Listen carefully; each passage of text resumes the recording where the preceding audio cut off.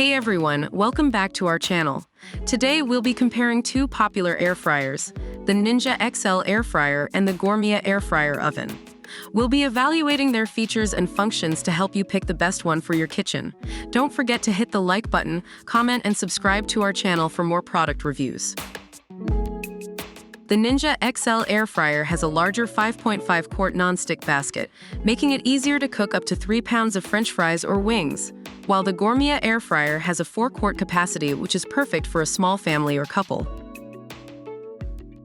The Ninja XL air fryer has 5 versatile cooking programs: air fry, air roast, bake, reheat, and dehydrate. The Gourmia air fryer oven has 12 one-touch digital presets that allows you to cook, roast, bake, and more.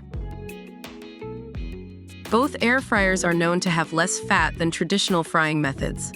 However, the Gourmia air fryer oven has a fat removal technology in their air fryer basket that removes up to 90% of fat during the cooking process. Both air fryers have non-stick baskets and crisper plates, making it easy to clean after each use. However, the Gourmia air fryer oven accessories are dishwasher safe, which makes cleaning even more convenient.